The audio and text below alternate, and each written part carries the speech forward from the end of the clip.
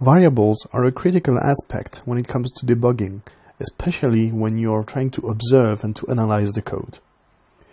Allinea DDT provides different windows to visualize variables.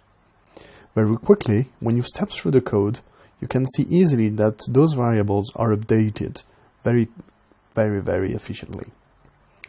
This variables visualization tool is completely scalable. Plus, it helps to see the differences across the processes. When a variable is in italic and green, it means that it is different across the processes. When it is bold and blue, it means that it has changed since the last step.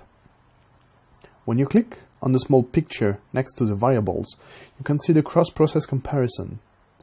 It describes the values of the variables on all the different processes. These data are merged together if it is relevant. The trace points are a tool that can really help to replace the printf.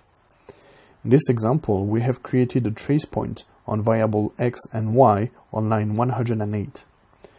When we check the outputs, we can see that the x and y variables are printed in order by step and are merged by group of processes.